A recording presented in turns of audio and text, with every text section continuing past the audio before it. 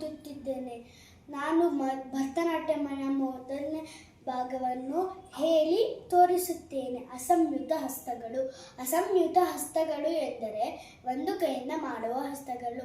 ಇದರಲ್ಲಿ 28 ವಿಧಗಳಿವೆ.